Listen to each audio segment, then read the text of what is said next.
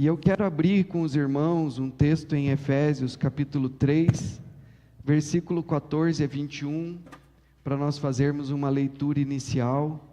Nós vamos pregar expositivamente nesta noite e vamos meditar em alguns textos bíblicos. E eu creio que o Senhor vai falar aos nossos corações, porque Deus quer nos abençoar plenamente. Deus quer nos abençoar, mas não apenas a nós, cada um de nós individualmente. O Senhor quer abençoar também a nossa casa, abençoar a nossa família. E por isso nós estamos aqui, buscamos ao Senhor nessa noite. Diz assim, os irmãos podem desligar, irmão Seara, aqui está muito barulhento, muito veloz. Glória a Deus.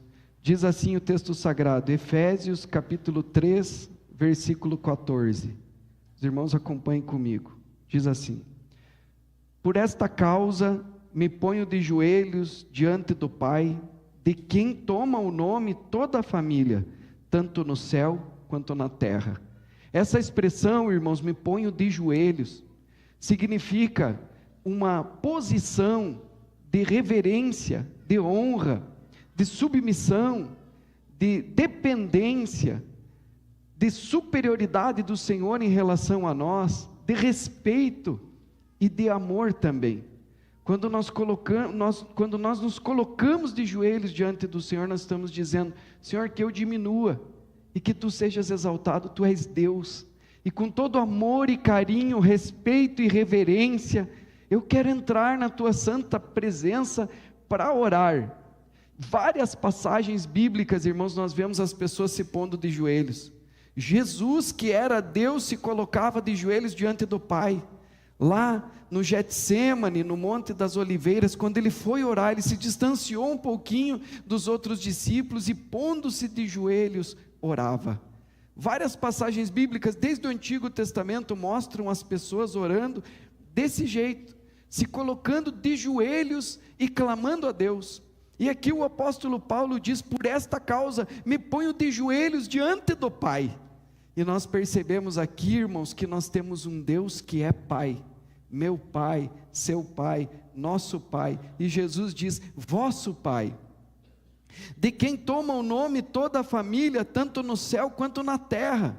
A importância de nós orarmos pelas pessoas, e de orarmos pela nossa família, tanto a nossa família, dos nossos parentes consanguíneos, especialmente cônjuge, filhos, mas também os pais, os tios e todas essas pessoas que são da nossa casa, da nossa família, mas também a nossa família espiritual, que é a nossa igreja. Aqui o apóstolo Paulo está orando pelos crentes da cidade de Éfeso, pela família espiritual, e ele diz assim: para que, versículo 16, para que, segundo a riqueza da sua glória, vos conceda que sejais fortalecidos com poder mediante a fé, mediante o seu Espírito no homem interior. Vou ler novamente. Para que, por que ele está orando, irmãos? Qual o objetivo, qual o propósito? Para que, segundo a riqueza da sua glória, segundo o poder e a riqueza de quem, irmãos? Meu ou de Deus? Segundo a riqueza de Deus. Para que, segundo a riqueza da glória de Deus, segundo o que Ele tem, segundo o que Ele pode, segundo o que Ele possui, vos conceda que sejais fortalecidos com poder, mediante o seu Espírito no homem interior. O Espírito Santo faz a diferença nas nossas vidas, amém, irmãos? O derramamento do Espírito Santo é muito importante para nós. Versículo 17: e assim habite Cristo no vosso coração pela fé, estando vós arraigados e alicerçados em amor. Nós acessamos o Senhor nosso Deus através da oração pela fé. Cristo habita em nós através do seu Espírito Santo, que Ele nos concede, que Ele derrama sobre a igreja, e que Ele faz habitar em nós pela fé. É através do uso da nossa fé, que nós acessamos o reino, a quarta dimensão, o reino de Deus, e que essas coisas passam a se tornar uma realidade nas nossas vidas. e Cristo habite no vosso coração pela fé. De que maneira?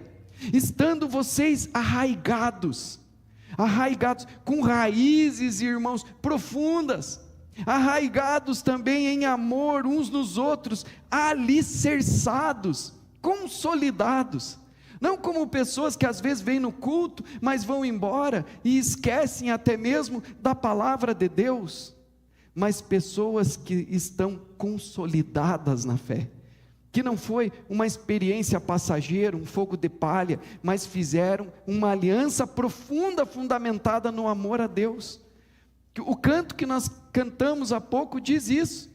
Os que me amam, diz a palavra do Senhor lá no Evangelho de João, guardarão os meus mandamentos, o Pai os amará, e nós viremos para eles, e neles faremos morada, através do Espírito Santo. Cristo vem habitar dentro de nós, por meio da fé. E o versículo continua falando assim, versículo 18, a fim de poderdes compreender. É uma iluminação da nossa mente, irmãos, do nosso homem interior, compreender com todos os santos. Quem são os santos? Os santos não são aqueles muito especiais, que se destacaram, os legendários. Não, irmãos, os santos são todos aqueles que se santificam para o Senhor, todos aqueles que buscam a santificação da vida em Cristo Jesus. Não são aqueles que foram lá canonizados por alguma instituição religiosa. Não, não, irmãos, são aqueles que Deus vê, que Deus conhece, que Deus percebe que estão realmente querendo agradá-lo, e para agradá-lo estão santificando as suas vidas, porque a palavra santo significa separado para o Senhor. Não é simplesmente separado do pecado, não, não, é separado do pecado para um propósito, separado do pecado para o Senhor, santificado ao Senhor, aleluia. Nós somos esses santos, essas pessoas que buscam a Deus, que vêm na igreja, que ouvem a palavra, que se converteram não a uma religião, mas que se converteram ao Evangelho e à palavra do nosso Senhor e do nosso Deus. E diz aqui, para que possamos compreender com todos os santos, qual a largura e o comprimento e a altura e a profundidade, e conhecer o amor de Cristo, que excede todo o entendimento, para que sejais tomados de toda a plenitude de Deus. O amor de Jesus e o amor do nosso Deus em relação a nós, irmãos, excede o entendimento, e Deus não quer que você seja abençoado apenas em uma área da vida, mas o Senhor quer que você seja abençoado em todas as áreas da sua vida, na plenitude de Deus, diz aqui, porque Deus nos ama e quer que nós conheçamos o seu amor. A Bíblia diz, irmãos, que Deus, por nos amar, não poupou nem mesmo ao seu próprio Filho, antes o entregou por nós. Como não nos dará juntamente com Ele todas as coisas? Esse é o amor do Pai e o cuidado do Pai. Versículo 20, ora, aquele que é poderoso, preste atenção nessas palavras, porque nós começamos a leitura do texto falando, irmãos, que é segundo, não o que eu tenho, não o meu poder, não a minha capacidade, não as minhas forças, não o meu entendimento, não as minhas possibilidades naturais, da minha existência, não, não, é segundo a força e segundo a sua glória e o seu poder, que eu me coloco de joelhos e oro, eu oro segundo o poder de Deus. E aqui o apóstolo Paulo vai concluindo dizendo assim, no versículo 20, ora, aquele que é poderoso para fazer infinitamente mais do que tudo quanto pedimos ou pensamos, conforme o seu poder que opera em nós. A Ele seja a glória na igreja e em Cristo Jesus, por todas as gerações, para todo sempre. Amém. Amém, irmãos. Glória a Deus. Eu gostaria de fazer uma oração aqui com os irmãos e quero que vocês repitam comigo. Repitam comigo assim: eu não sou escravo. Minha mente não é escrava. A minha mente é de Deus. Aqui habita a sua palavra. Em minha boca está o poder da vida e da morte. Falarei palavras de vida e não de morte, de saúde e não de enfermidade, de riqueza e não de pobreza, de bênção e não de maldição, porque na minha boca existe um milagre. Glória a Deus. É assim que se fala, irmãos, porque nós somos do Senhor. Há poder nas nossas palavras. A Bíblia Sagrada diz isso: na boca está o poder da vida e da morte. Então nós precisamos falar as nossas palavras, que são as palavras da fé. Não podemos ter uma boca murmuradora, porque muitas vezes nós dizemos que professamos a fé em Deus, mas estamos murmurando, estamos reclamando, estamos falando palavras que não edificam. Mas da nossa boca deve sair palavras que edificam. Aonde você estiver, você tem que ser benigno. O que é uma pessoa benigna? É uma pessoa que aonde ela está, seja no trabalho, seja na casa, seja na família, seja entre os seus entes queridos, ali onde ela está, ela é remédio, ela é bênção.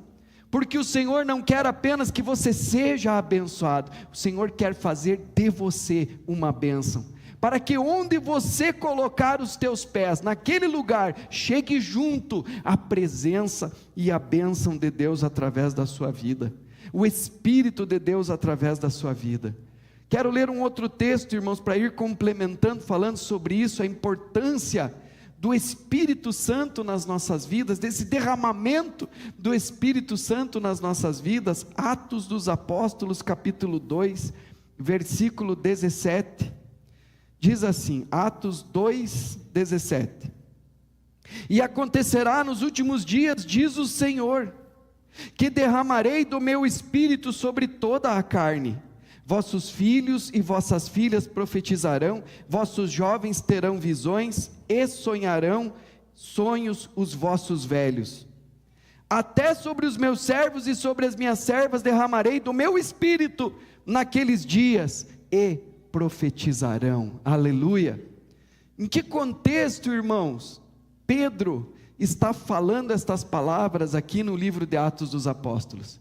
Irmãos, Jesus disse para eles assim, depois da Páscoa, da sua morte, da sua ressurreição e da sua ascensão, ele disse para eles assim: vão em Jerusalém e esperem até que do alto vocês sejam revestidos de poder, e vocês receberão poder ao descer sobre vós o Espírito Santo, e vocês serão minhas testemunhas.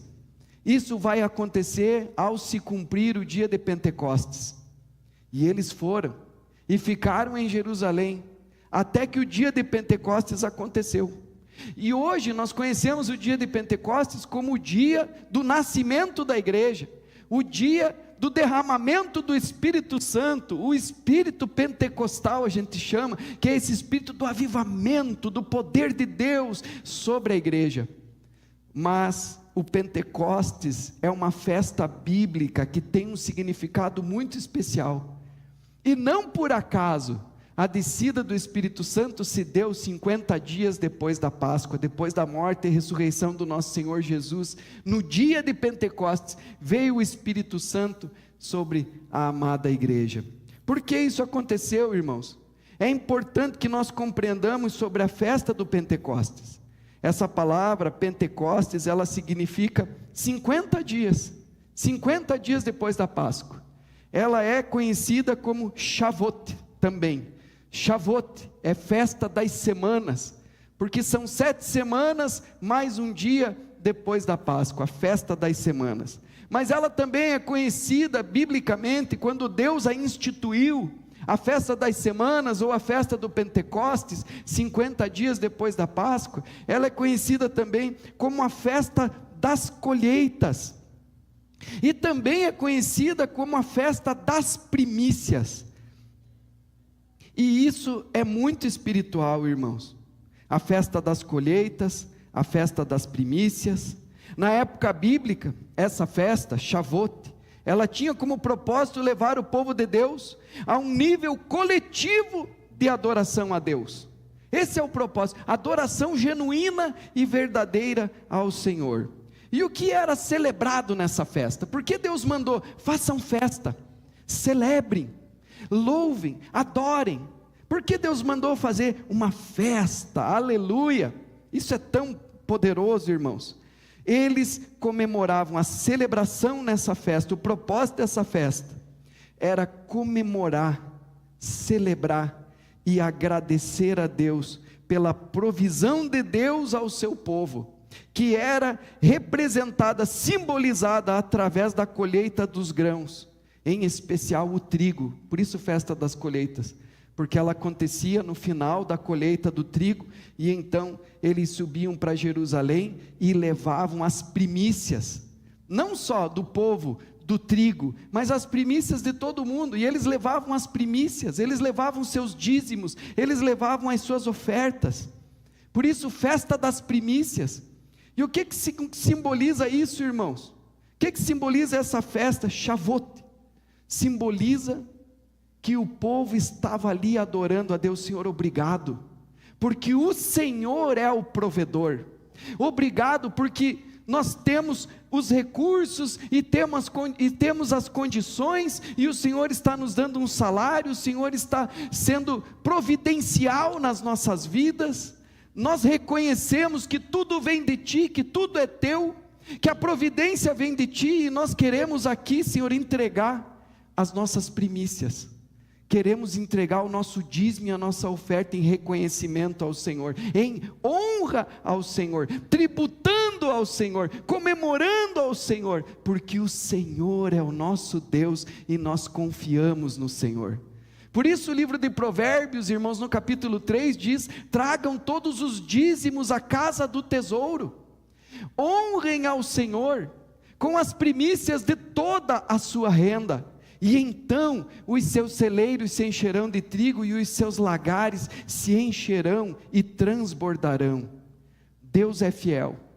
É disso que fala Malaquias lá no capítulo 3, versículo 10 em diante, quando ele diz assim: roubará o homem a Deus? E aí o povo diz: Senhor, mas em que estamos te roubando? Em que estamos te defraudando?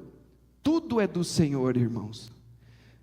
O Senhor é o Senhor, Criador dos céus e da terra. A terra é do Senhor e o homem que nela habita, tudo é dele. Ele é Deus. E ele fala sobre isso. Ele diz: tragam os dízimos à casa do tesouro, para que haja mantimento na minha casa. E então façam prova de mim, diz o Senhor dos exércitos, se eu não vos abrir as janelas dos céus e não derramar sobre vocês uma bênção da qual lhes advenha maior abastança. E aí o Senhor promete, irmãos, repreender o devorador, repreender o cortador, repreender o migrador, repreender todas as pragas que poderiam comer o trigo, comer a plantação. E isso tudo é uma figura espiritual da bênção de Deus sobre as nossas vidas. Por que, pastor, que eu devo ser fiel nos dízimos e nas ofertas? Porque tudo vem de Deus, irmãos. Tudo vem das mãos do Senhor, e nós apenas devolvemos aquilo que Ele nos pede. E quando nós fazemos isso, nós honramos ao Senhor, demonstrando que Ele tem a primazia, o primeiro lugar nas nossas vidas. Então essa era uma celebração muito bonita, porque as pessoas subiam e adoravam a Deus, e eram fiéis a Deus, e diziam para os filhos: filho, filha, quem que deu isso aqui para o papai e para a mamãe? De onde que veio? como que nós conseguimos chegar até aqui? Como que nós conseguimos construir isso, fazer aquilo outro? De onde que veio, filho, filha? De Deus, mãe. De Deus, pai, a gente já sabe, veio de Deus, aleluia. Então vamos confiar no Senhor. Ele disse: façam prova de mim, aleluia. Nós confiamos no Senhor, Ele é o Senhor, Ele é o nosso Deus. E essa festa, irmãos, era uma festa de gratidão, uma festa de contentamento, uma festa de ações de graças. E a casa que tem esse espírito de reconhecer Deus, de honrar a Deus, a casa que tem esse espírito, a família que tem esse espírito, é uma família abençoada em todos os sentidos, aleluia. Irmãos, não se trata somente das coisas financeiras, porque Jesus disse: não podeis servir a dois senhores, não podeis servir a Deus e a mamon, ao dinheiro. Não se trata disso. Do que se trata então, pastor? Se trata de tudo, irmãos.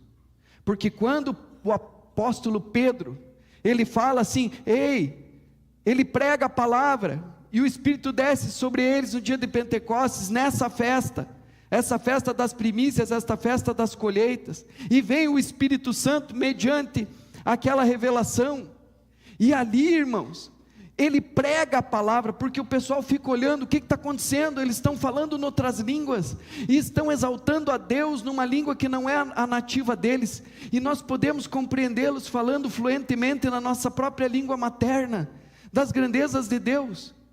E eles então, alguns dizem assim: esses homens estão embriagados, o que houve com eles? Estão embriagados, tamanho era o avivamento e a liberdade no Espírito, irmãos, para agir naquela gente. E o apóstolo Pedro se levanta: não, vocês bem sabem que nós não estamos embriagados, e que estes homens que aqui estão não estão embriagados, sendo esta hora do dia. O que está acontecendo é o cumprimento da profecia de Joel, que nos últimos dias o Senhor derramaria do seu Espírito sobre toda a carne. E essa é uma profecia, irmãos, não só para mim, não só para você, mas para mim e para a minha família. Deus engloba a nossa família e a nossa casa, é a plenitude de Deus, porque o Senhor quer alcançar também a nossa casa e a nossa família. E Ele diz assim: os vossos jovens terão visões, profetizarão, vossas crianças, vossos velhos sonharão. São todos na casa. É um avivamento para toda a família, irmãos, glória a Deus. E ele prega isso, e ele faz o primeiro sermão da igreja. Diz a Bíblia que 3.000 pessoas se converteram naquela noite. Verdadeiramente aquele foi o culto das primícias da igreja, porque ali Deus reuniu Israel e os gentios em um só povo, os que creem. Os que creem são filhos de Abraão e herdeiros da promessa do Espírito. E muitos, mais de 3.000 pessoas creram naquele dia. E essa festa é muito interessante, porque ela acontece 50 dias depois da Páscoa. Os irmãos lembram como foi a primeira Páscoa? Deus foi na escravidão do povo no Egito, que simboliza uma escravidão de pecado, escravos do mundo, escravos do pecado. E lá ele disse: sacrifiquem o cordeiro, marquem as vergas da porta, a casa que tiver o cordeiro não será amaldiçoada, mas a casa que não tiver o sangue do cordeiro, essa será visitada, e a morte estará ali. E ali Deus, através do sangue do cordeiro, que é uma figura de Jesus Cristo, o Cordeiro de Deus, que tira o pecado do mundo, eles marcaram as vergas da porta. Isso é uma figura, irmãos, do Antigo Testamento, uma figura profética, poderosíssima, e o Senhor libertou-os através do sangue do Cordeiro, libertou-os do império das trevas. A Bíblia diz: nós fomos libertados do império das trevas e transportados para o reino do Filho do seu amor, Jesus Cristo. E ali nós recebemos a redenção, a remissão da nossa alma. Foi exatamente o que aconteceu com eles. Eles foram libertos saíram dali e foram para o deserto. O Senhor chamou eles para perto. Eu chamei a minha noiva e a levei para o deserto e a trouxe perto do meu coração. E eles passaram pelo Mar Vermelho. O Novo Testamento interpreta essa travessia do povo de Deus na libertação da escravidão, irmãos, essa travessia pelo Mar Vermelho. Interpreta o Novo Testamento dizendo assim: foram batizados no Mar Vermelho, atravessaram as águas. Agora o mundo, o pecado ficou para trás, e eles seguiam a Deus no deserto, eles seguiam a coluna de fogo, eles seguiam a nuvem, e eles andavam na direção do seu Deus, que cuidava deles, que todos os dias dava maná do céu, providência divina, não faltava nada. Os seus calçados não envelheciam, as suas roupas não ficavam velhas, e o Senhor supria todas as suas necessidades. Deus é o mesmo, Deus não mudou, Deus supre as suas necessidades, Deus abençoa a sua vida, Deus é fiel e abençoa todo aquele que crê. E eles chegaram 50 dias depois no Monte Sinai. Sabe o que aconteceu no Monte Sinai, irmãos? Eles receberam os 10 mandamentos, as tábuas da lei. Nessa festa, no Shavuot, na festa do Pentecostes, na festa das primícias, na festa dessa celebração tão maravilhosa, dessa honra tão maravilhosa, o Senhor está aqui, Pai. Eu posso te adorar dessa forma também, porque o Senhor me dá força, me dá energia, me dá recursos, me dá condições, e essa primícia, esse primeiro aqui é do Senhor. Nessa festa, eles celebravam a recepção dos mandamentos ao seu povo. Agora eles não eram mais escravos, agora eles eram uma nação, agora eles eram um povo que tinham um reino, o reino dos céus. Agora eles eram pessoas que tinham leis, que tinham mandamentos, que tinham um estatuto de ética moral, e que eles sabiam que aquela ética e que aquele estatuto refletia a imagem e a santidade do seu Deus. Deus deu a eles os 10 mandamentos. Por isso, nessa festa, eles celebravam também essa recepção. Não somos mais escravos, a nossa mente não é mais uma mente de escravos do pecado, de escravos. Nós não trabalhamos mais por açoites, nós somos livres, e o nosso Deus está conosco, e o nosso Deus anda conosco, e o nosso Deus nos abençoa. E então, no primeiro dia da festa, eles passavam a noite dessa festa do Pentecostes das primícias, estudando os 10 mandamentos, estudando a lei de Deus. Nos 10 mandamentos, irmãos, diz que nós devemos santificar o sábado. Para nós o sábado é o domingo, porque o que Deus quer é o princípio, não a norma rígida, fria da lei, mas o princípio.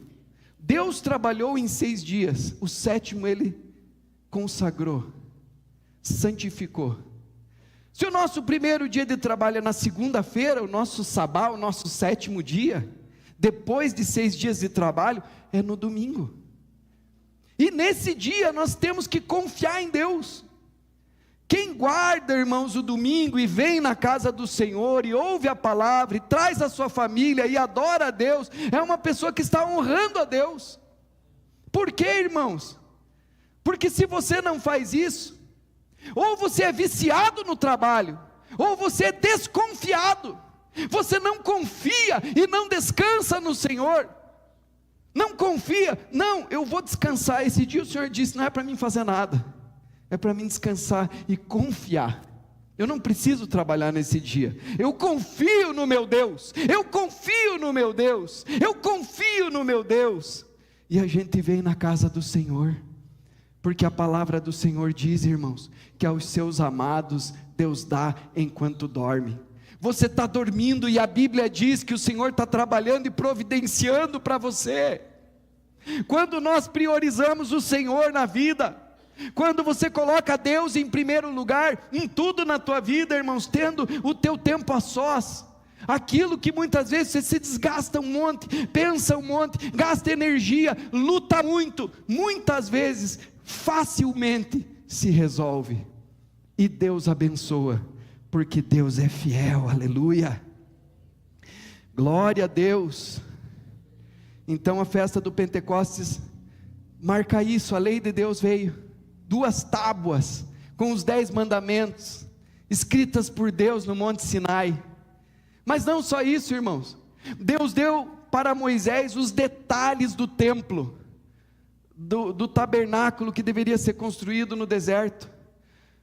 Olha, Moisés, a cor desse tecido que vai em tal lugar é dessa cor, ali vai ter coisa de ouro, ali vai ser revestido, a arca vai ser de madeira de acácia, revestida de ouro, vai ter 2 anjos em cima, e o Senhor deu para ele as medidas, as cores, os detalhes, como deveria ser feito, a reverência e a santidade como aquele templo, aquele tabernáculo deveria ser feito. Sabe por quê, irmãos?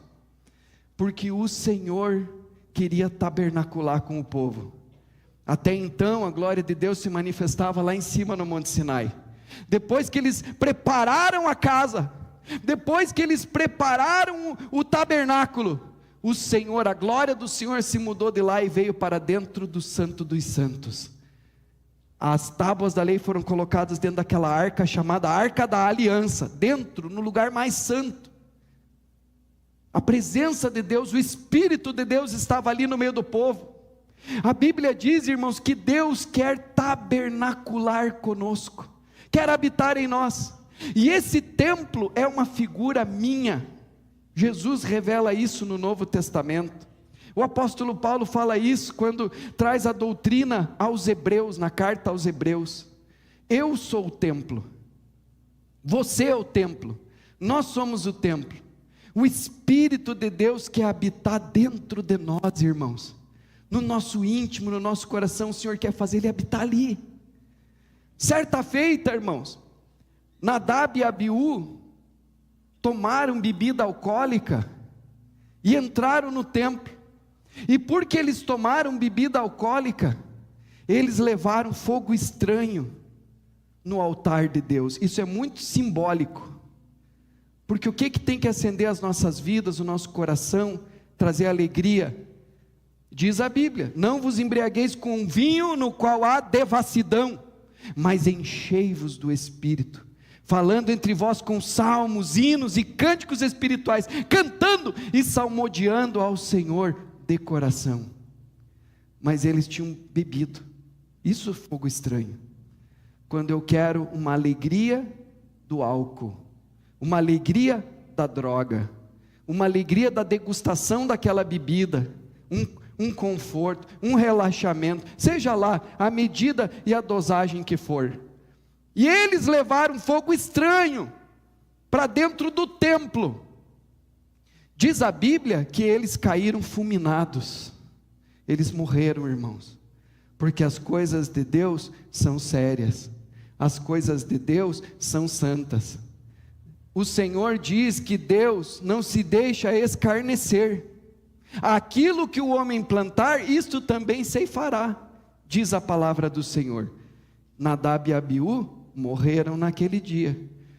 Deus chamou Moisés e Arão e disse assim para Arão, que era o sumo sacerdote: de hoje em diante, não bebam quando virem me servir na tenda da congregação,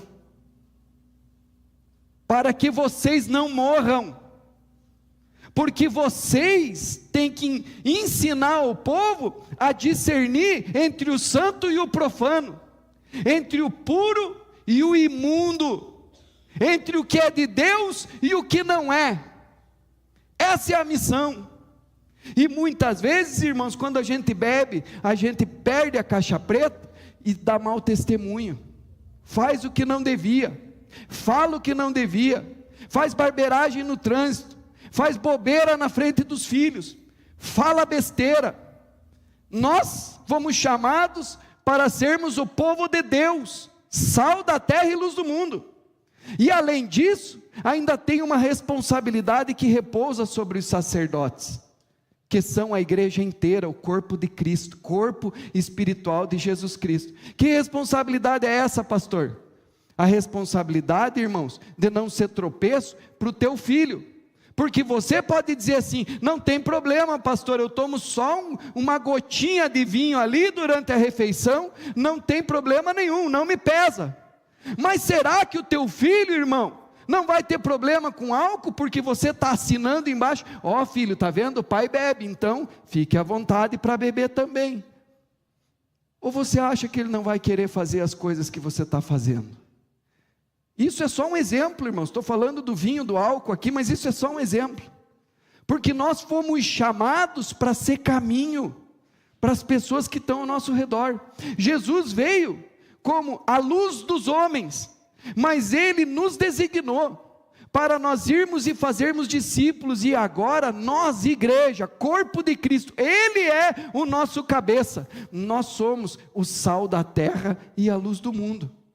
Então, o que você faz lá fora importa, o que você faz dentro de casa importa. Nós temos deixado claro como igreja, irmãos, por causa de uma petição do próprio Espírito de Deus, de trazer esse fio nuclear para a igreja, semear a cultura do reino, para nós não deixarmos o estilo de vida mundano, desse mundo, a pecaminosidade desse mundo entrar aqui. E a igreja tem que deixar muito claro, que nós não podemos titubear entre dois pensamentos, nós não podemos ser divididos na nossa mente, nós não podemos ter mau caratismo, ter uma personalidade aqui dentro da igreja, outra personalidade lá no mundo. Isso não pode acontecer. Aqui o avivamento é para toda a família. Então, irmãos, nós temos uma responsabilidade para toda a família.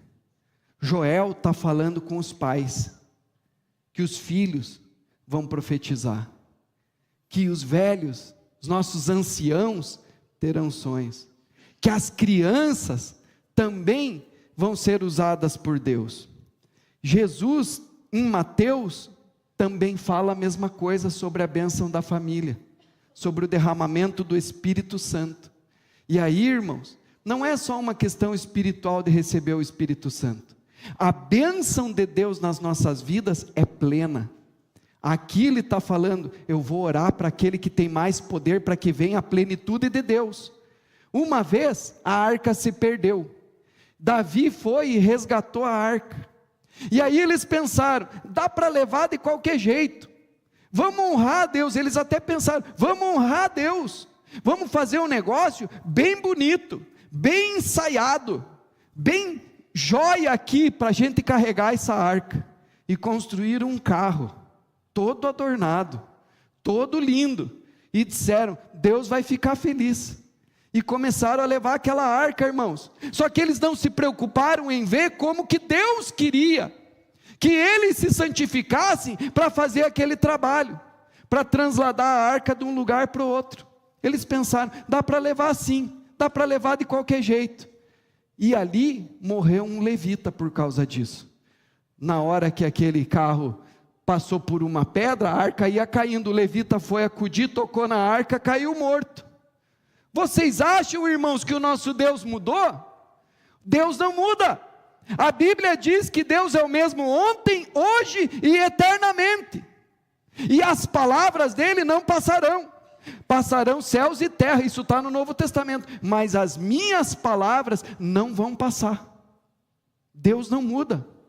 Deus nos dá ordens e fala conosco para o nosso próprio bem. E aí, sabe o que eles fizeram? Eles não sabiam o que fazer, porque não conheciam a palavra, não sabiam como que era a vontade de Deus. Eles deixaram a arca lá, e a arca ficou na casa de um gentil, de um estrangeiro, chamado Obed-edom. A arca na casa de Obed-edom fez com que Obed-edom prosperasse. O campo de Obed-edom prosperou, as finanças de Obed-edom prosperaram, tudo na casa dele prosperou. Sabe por quê, irmãos? Porque a arca estava lá. Então, quando o Espírito Santo vem nas nossas vidas, mediante a nossa fé e a nossa obediência, todas as áreas são abençoadas. O teu casamento é abençoado, os teus filhos são abençoados, a tua família é abençoada, os teus negócios são abençoados, os teus relacionamentos são abençoados, o teu entretenimento, aquilo que você gosta de fazer, é abençoado, porque Deus está com você, porque você está fazendo aquilo na presença de Deus. Sabe o que Jesus diz a respeito da oração? E hoje nós vamos orar pela família. Ele diz assim, Mateus 7, versículos 7 a 8, pedi e dar-se-vos-á. Aliás, vou pedir para vocês orarem juntamente comigo isso aqui, irmãos. Repitam comigo, pedi e dar-se-vos-á. Buscai e achareis. Batei e abrir-se-vos-á. Pois todo o que pede recebe. O que busca encontra. E quem bate, abrir-se-lhe-á. Amém? Você acredita nisso, irmão? Você acredita no Jesus da Bíblia? Ou você acredita num Jesus meramente imaginário? Porque o Jesus da Bíblia ensinou isso aqui. Aí muitas vezes a pessoa se endivida de repente. E se eu levantar a mão aqui, certamente vai ter alguém aqui no nosso meio endividado.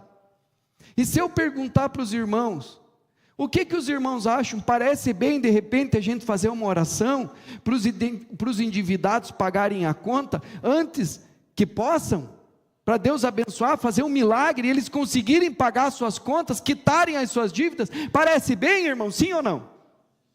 Pedi e dar-se-vos-á. Parece bem, é bom, a pessoa está precisando, está necessitada. Mas aquela pessoa que administrou bem, administrou direitinho, pegou as coisas de Deus, aquilo que Deus deu para ela, e ela cuidou para a glória de Deus, e ela não tem dívida nenhuma, mas ela tem um sonho de melhorar o carro, de melhorar a casa, de ter melhores condições para si, para a sua família. Será que a gente pode orar também para essa pessoa ser abençoada, irmão? Ou é só quando está necessitado? O que os irmãos acham? Será que Deus nos abençoa só quando a gente está necessitado? E aí quando a gente quer melhorar as coisas para a glória de Deus, daí não, daí é vaidade. Será que é assim, irmãos? Ou será que o nosso Deus nos abençoa todo o tempo? O tempo todo? O que acontece, irmãos, quando a presença de Deus está na nossa vida e a gente ora? O texto continua, Mateus capítulo 7, versículos 7 a 11, diz assim, pedi, dar-se-vos-á, buscai e achareis, batei e abrir-se-vos-á, pois todo o que pede recebe, e o que busca encontra, e a quem bate abrir-se-lhe-á. Ou qual dentre vós é o homem que, se porventura o filho lhe pedir pão, lhe dará a pedra? Qual dentre vocês aí, irmão? Se o teu filho for te pedir pão, você pega uma pedra, tá, quebre os dentes, tá aqui, ó. E continua assim dizendo a palavra de Deus. Ou se lhe pedir um peixe, lhe dará uma cobra. Ora, se vós que sois maus, afirma o texto, sabeis dar boas dádivas aos vossos filhos, quanto mais vosso Pai que está nos céus dará boas coisas aos que lhe pedirem. O texto diz que Deus dará coisas boas aos que o amam? Não, irmãos, está escrito que Deus dará coisas boas aos que lhe pedirem. Muitas vezes nós não recebemos e não somos abençoados porque não oramos. E por que não oramos? Porque não cremos, porque não confiamos, porque no fundo, não acreditamos que nós temos um Deus que é Pai. Nós como pais, irmãos, muitas vezes trabalhamos tão duro para dar o melhor para os nossos filhos, segundo o que nós podemos, que muitas vezes nós chegamos a duvidar que nós temos alguém, que nós também temos alguém para quem pedir. Você tem alguém para quem pedir, você tem um pai. E a gente se esforça para dar o melhor aos nossos filhos, irmãos, de acordo com o quê? De acordo com os nossos recursos, de acordo com aquilo que nós temos, de acordo com as nossas condições. E aí, você pode ter certeza, como no texto que nós lemos no início, que Deus é Pai e que Deus vai prover você de acordo com o que Ele tem. Quem pode glorificar a Deus? Aleluia! Ou de repente um menininho de 8 anos chega para o pai e diz assim: pai, eu quero uma bicicleta. E o pai diz assim para ele: quanto que você tem aí, filho? Eu tenho R$20 que o pai me deu de mesada. Então compre com esses R$20 a bicicleta, eu vou te abençoar. Está abençoado, vá lá e compre com os R$20. É isso que você faz, irmão? Ou o teu filho vai pedir para você: pai, me dê uma bicicleta, segundo o que você pode dar para ele, segundo o que você tem, segundo as condições que você tem. É a mesma coisa com Deus, irmãos. Às vezes a gente não tem fé, e a gente vai pedir para Deus segundo o que a gente tem. Senhor, me abençoe e prospere a minha vida, segundo a minha possibilidade, segundo o que eu tenho. Deus é poderoso, irmãos. Muitas vezes, a gente gostaria de dar mais para os nossos filhos. Melhores roupas, um melhor colégio, coisas boas, porque somos pais e amamos. Mas nem sempre é possível. Nem sempre nós alcançamos, nem sempre nós conseguimos.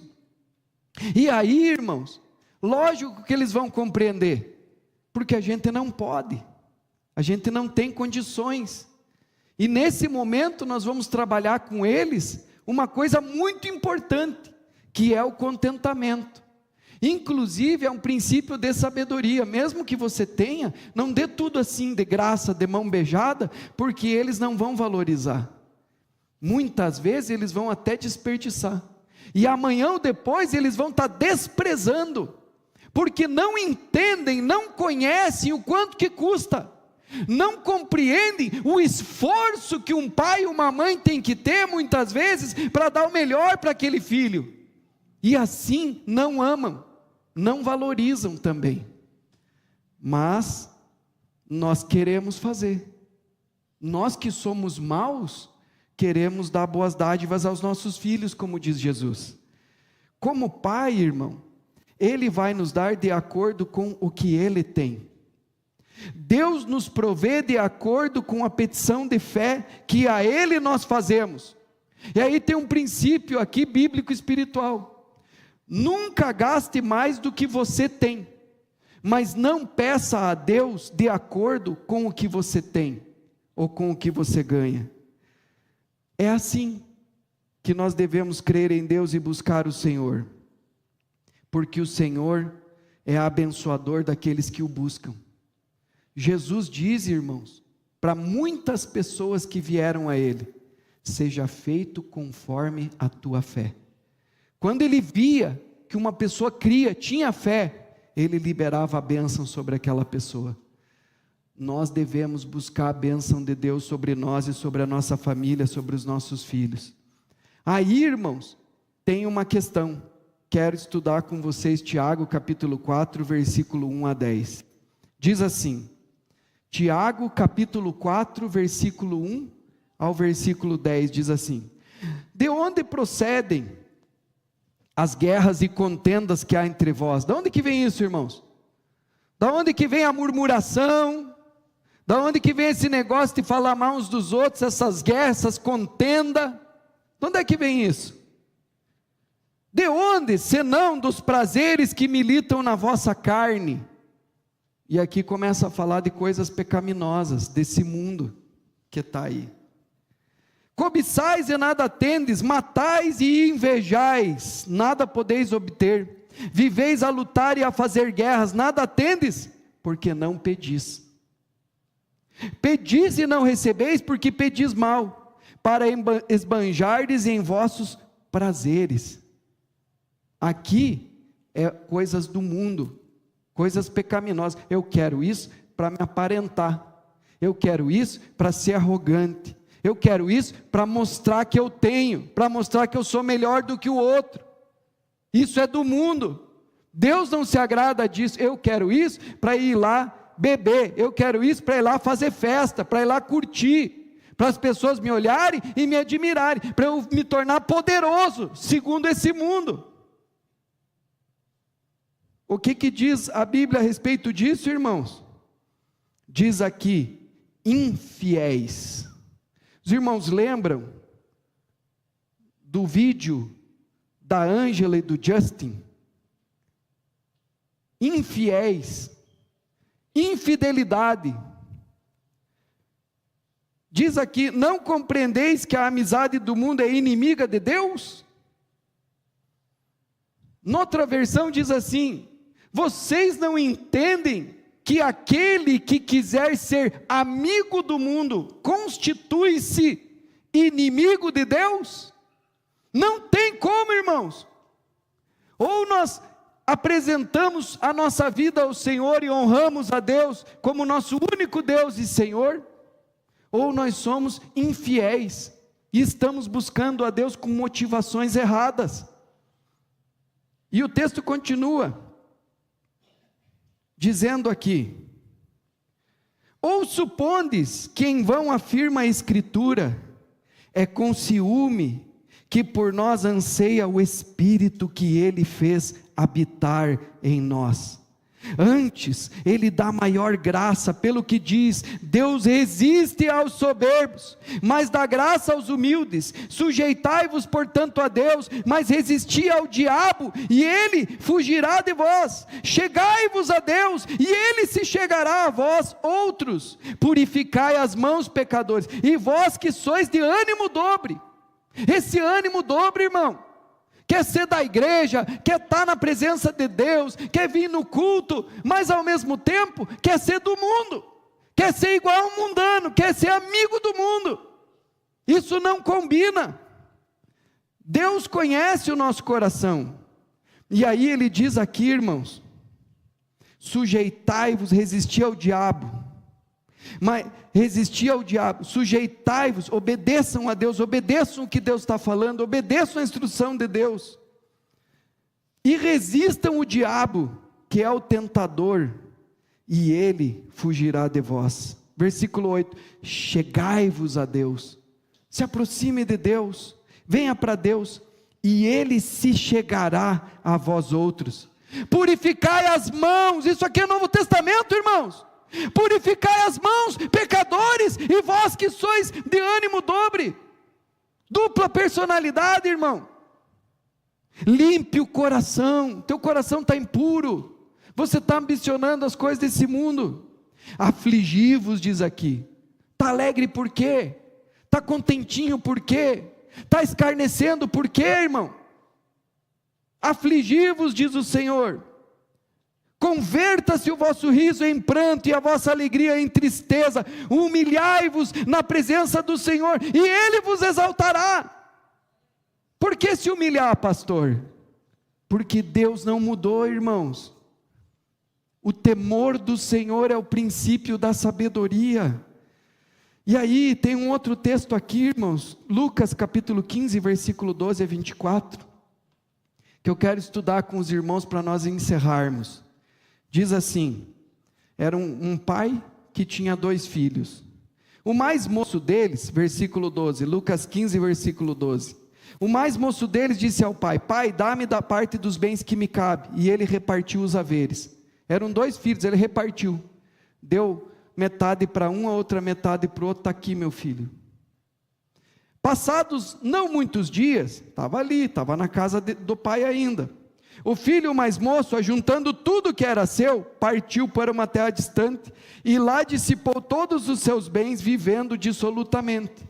É isso que significa a palavra pródigo. Pródigo não é uma pessoa que se desviou e voltou. É um pródigo. Não, um pródigo é um desperdiçador. É uma pessoa que recebe as coisas de Deus e joga fora. Deus nos deu o mundo que a gente habita, Ele fez para nós, irmãos. Ele criou, e depois que estava tudo pronto, Ele fez o homem, colocou, é tudo teu, filho. é a tua herança, essa terra aqui. Essa vida que eu estou dando para você é um presente. Você está vivo, você é a minha imagem e a minha semelhança. É um presente, aproveite. Mas esse homem pegou tudo o que tinha e foi para longe do pai, que simboliza, irmãos, aquela humanidade que vive como se Deus não existisse. Não, vou fazer do meu jeito, vou viver do meu jeito, vou servir a Deus da minha maneira, vou gastar a minha vida, essa vida, uma vida que Deus me deu, essa minha única, uma vida que Deus me deu, eu vou gastar do meu jeito, fazer o que eu quiser. E ele se tornou um pródigo, e ele foi empobrecendo, porque os anos foram passando. É isso que a palavra de Deus diz. Repita comigo, irmãos: a vida é um presente, mas a vida abençoada é uma recompensa. E ele saiu de perto da bênção, ele saiu de perto da casa de Deus. É isso que muitas pessoas fazem, quando querem ir para o pecado, viver no pecado, eles se afastam da casa de Deus, da presença de Deus. O que aconteceu? Passando não muitos dias, depois que ele foi, diz a Bíblia que sobreveio, ele começou a gastar tudo, dissolutamente, e depois de ter consumido tudo, ele foi consumindo a vida dele, os bens, as riquezas, sobreveio àquele país uma grande fome e ele começou a passar necessidade. Às vezes, a pessoa pode ser rica, mas ele está rico, não está empobrecendo, está cada vez mais rico. Só que isso é uma ilusão. A Bíblia diz: não coloque a tua segurança, a tua vida, a tua firmeza na instabilidade das riquezas, mas em Deus, que a tudo dá e supre as nossas necessidades. É nele que nós devemos confiar, irmãos. Porque no final das contas, quando a vida termina, a pessoa pode estar lá com a conta bancária recheada, num corredor de UTI, ela percebe. E agora? De que me serve tudo isso? E ali ela vê que ela é pobre, miserável, cega e nu, como diz a palavra do Senhor lá em Apocalipse. Porque não tem nada. Jó disse: nu eu vim do ventre da minha mãe, nu eu vou voltar para o meu Deus. Deus deu, Deus tirou, louvado seja o nome do Senhor. Tudo é de Deus. Nós não temos nada, irmãos, tudo é ilusão. Por isso que nós temos que glorificar o Senhor com a nossa vida e com a nossa existência. E diz a palavra que ali ele foi e se agregou a um dos cidadãos daquela terra, e este mandou para os seus campos a guardar porcos. É uma simbologia de maldição. Ele ficou amaldiçoado. Assim como quando nós cumprimos os princípios de Deus, e como diz, não é questão de trazer a primícia no altar, o dinheiro, irmãos, porque Deus não quer só a questão financeira da gente, Deus quer você. E a palavra de Deus diz: buscai em primeiro lugar o reino de Deus e a sua justiça, e as demais coisas vos serão acrescentadas. Todas essas outras coisas Deus prometeu, Deus vai acrescentar, mas a gente tem que confiar nele. Então o que Ele quer, meus irmãos? Ele quer tudo. Ele quer você 100% na presença dEle, como um filho amado. E aí ele tinha vontade, irmão, sabe do quê? Comer as bolotas dos porcos, para se saciar. É um fundo do poço. Gente que vai se degradando, se depravando, começa ali experimentando o pecado, e daí vai indo cada vez mais fundo no pote, e daqui a pouco ele está desejando, para tentar se satisfazer, comer as bolotas dos porcos. Nesse momento, esse filho, graças a Deus, caiu em si, e diz a Bíblia, caindo em si, ele disse no coração dele: eu vou voltar para o meu pai, porque na casa do meu pai, até os trabalhadores, aqueles jornaleiros, têm abundância de pão, e eu vou voltar e vou falar assim para o meu pai: pai, eu pequei contra ti e contra o céu, diz a Bíblia, contra ti e contra o céu. Como que é isso, irmãos, pecar contra o céu? Os irmãos sabem.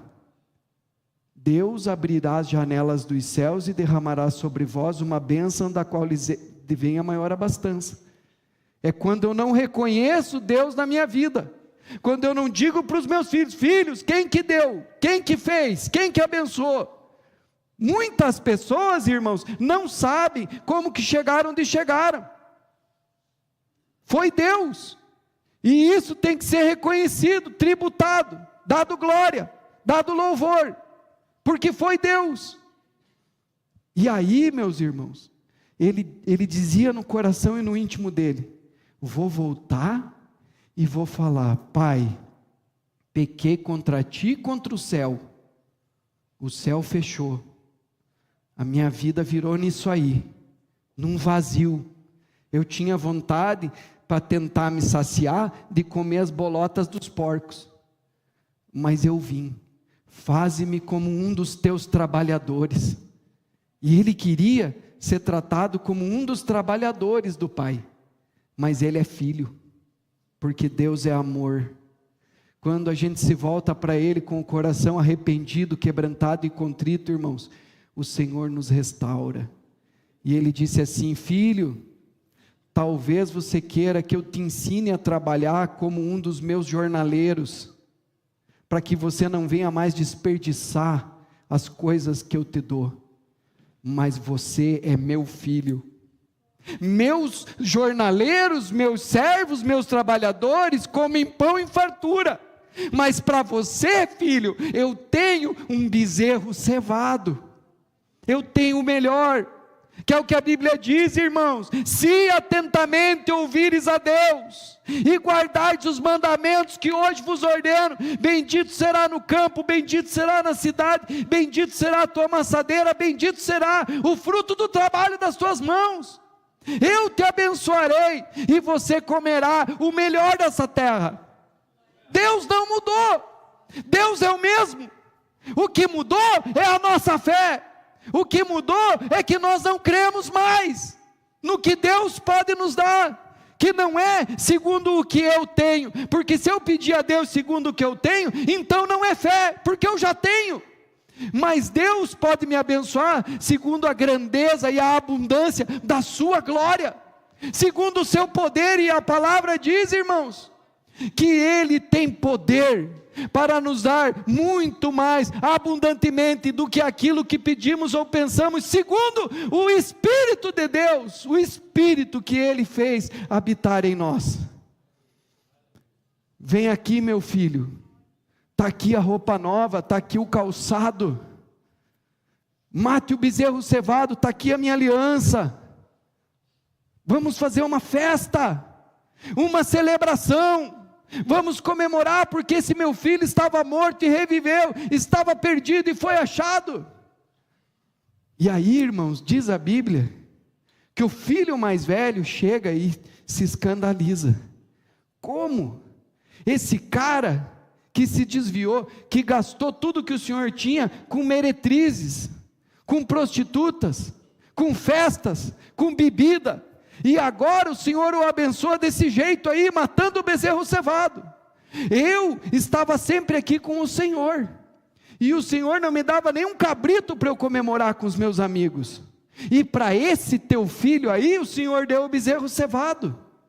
E o pai disse assim: filho, você sempre estava comigo, tudo que eu tenho é teu. Se você tivesse pedido, o bezerro cevado era teu, mas você não pediu. Muitas vezes, irmãos, a nossa vida não muda, porque a gente não é um homem e uma mulher de oração, porque a gente verdadeiramente não prioriza o Pai, não busca o Pai, não coloca a Deus em primeiro lugar nas nossas vidas, orando a Ele, crendo nele, honrando Ele, acreditando no que Ele disse, se submetendo, fazendo a vontade do Pai. Aí nós não vemos os milagres, nós não vemos e não desfrutamos das bênçãos de Deus nas nossas vidas, mas Deus é fiel, Deus não muda, em Deus não há mudança nem sombra de variação, é isso que diz a palavra de Deus. nós temos um Deus no qual nós podemos confiar. Aquele filho que voltou arrependido, ele disse assim: eu não sou digno, eu sou mau, mas o meu pai é bom. Meu pai vai me receber, meu pai vai me abençoar, porque ele é bom. Mas aquele filho que estava dentro da casa, murmurou e blasfemou contra Deus. Ele dizia assim: eu sou bom, eu faço toda a tua vontade, e o Senhor é mau. Isso é blasfêmia, irmãos. Nunca diga isso, porque Deus é bom em todo tempo. Deus é bom, o Senhor é bom, e tudo o que Ele faz é bom. Vamos nos pôr em pé na presença de Deus. Se um dia você tiver um Deus que você percebe que você é melhor que Ele, você não precisa dele, irmãos. Mas o nosso Senhor é bom, o nosso Senhor é amor, e nós estamos aqui para fazer essa oração pela nossa família. Ele falou, se dirigiu a pais: pais, vocês sabem dar coisas boas para os filhos, né? Se vocês muitas vezes não conseguem dar o que eles estão pedindo, vocês ficam até aflitos. Vocês que são maus, se vocês pedirem para Deus coisas boas, e o Espírito Santo não dará Ele aquilo que vocês estão pedindo? Pedi e dar-se-vos-á.